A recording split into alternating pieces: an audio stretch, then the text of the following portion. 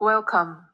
Our presentation today examines the life and legacy of Chanie Wenjack, a child whose life and death forced Canada to confront the harsh reality of the residential school system.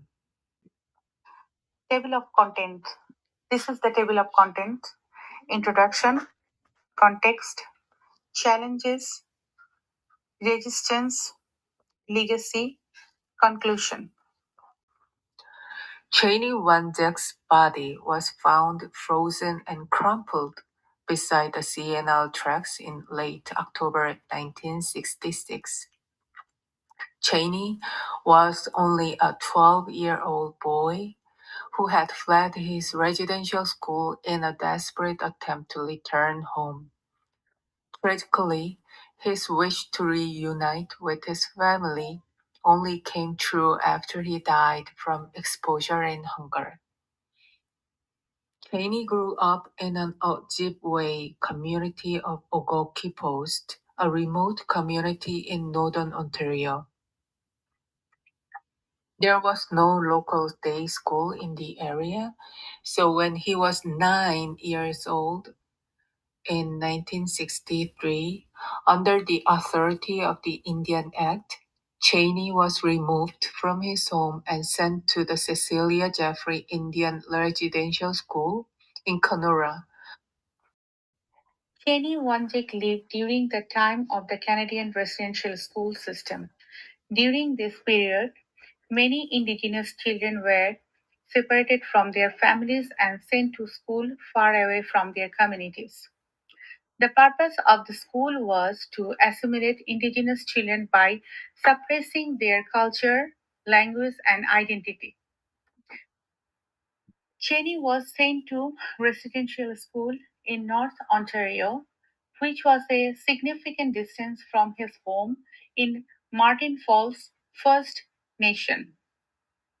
As shown on this map, the distance between his school and his home was over 600 kilometers.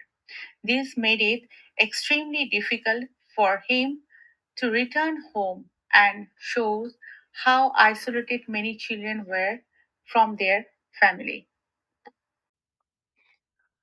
We cannot easily measure how far the 600-kilometer distance is. Please look at the map. The blue line down the map represents the distance between Toronto and Montreal, 520 kilometers. And the red line shows the 630 kilometer scale of Chinese physical displacement. This wasn't just a school placement. It was a state-mandated exile designed to make returning home physically impossible for a child. Moreover, the school was severely overcrowded and understaffed. Children were seen as subject to be changed rather than as young individuals to be cared for.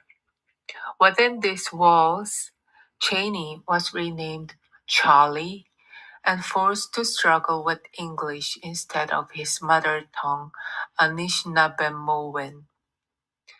Cheney's cultural and linguistic identity was denied and erased by the school system. On October 16, 1966, Cheney impulsively slipped away from the school with two friends, wearing only a light cotton windbreaker, entirely inadequate for the northern Ontario autumn. During the journey, he separated from the other boys and continued alone to see his father. He followed the CNL tracks on foot until his frozen body was discovered beside the tracks on October 23rd, 1966, 7 days after his escape. The subsequent autopsy confirmed that the cause of death was a combination of hypothermia and hunger. Chaney's stomach was found to be completely empty, confirming he had been starving for days. Numerous bruises on his shins and face revealed the depth of his struggle. He had continued to walk, falling multiple times on the railway tracks until his strength finally failed him. The jury at the coroner's inquest, in dealing with Cheney's case, eventually questioned, is it right? They recommended that a study be made of the present Indian education and philosophy, noting that the Indian education system creates tremendous emotional and adjustment problems for these children. This marked one of the first times a legal body officially questioned the safety and ethics of the residential school system.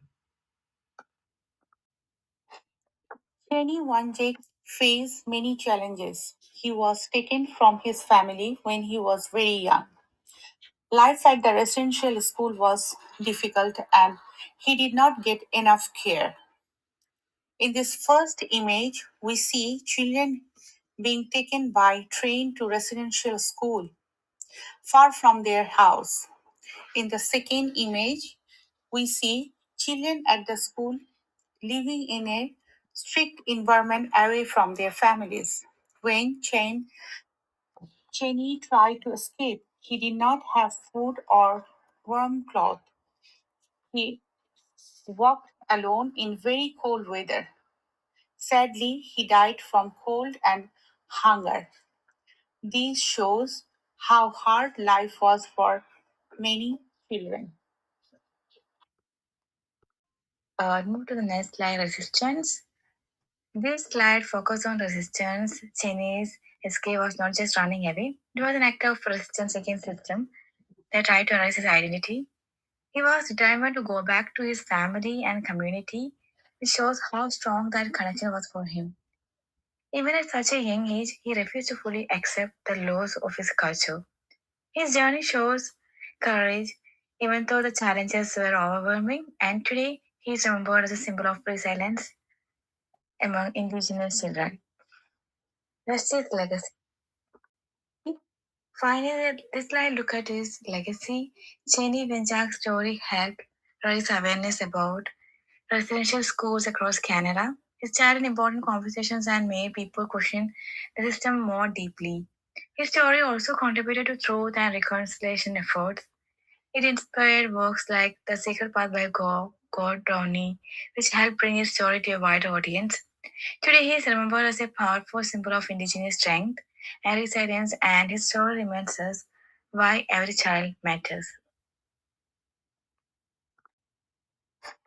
In conclusion, Cherry Wanjak's story reflects the lasting impact of the residential school system on Indigenous children and communities. His experience highlights both the deep loss caused by his system and the courage he shows in trying to return home. His story reminds us of the importance of truth and reconciliation and the need to acknowledge and learn from the past. By remembering his story, we can continue to raise awareness and work towards a more respectful and understanding future.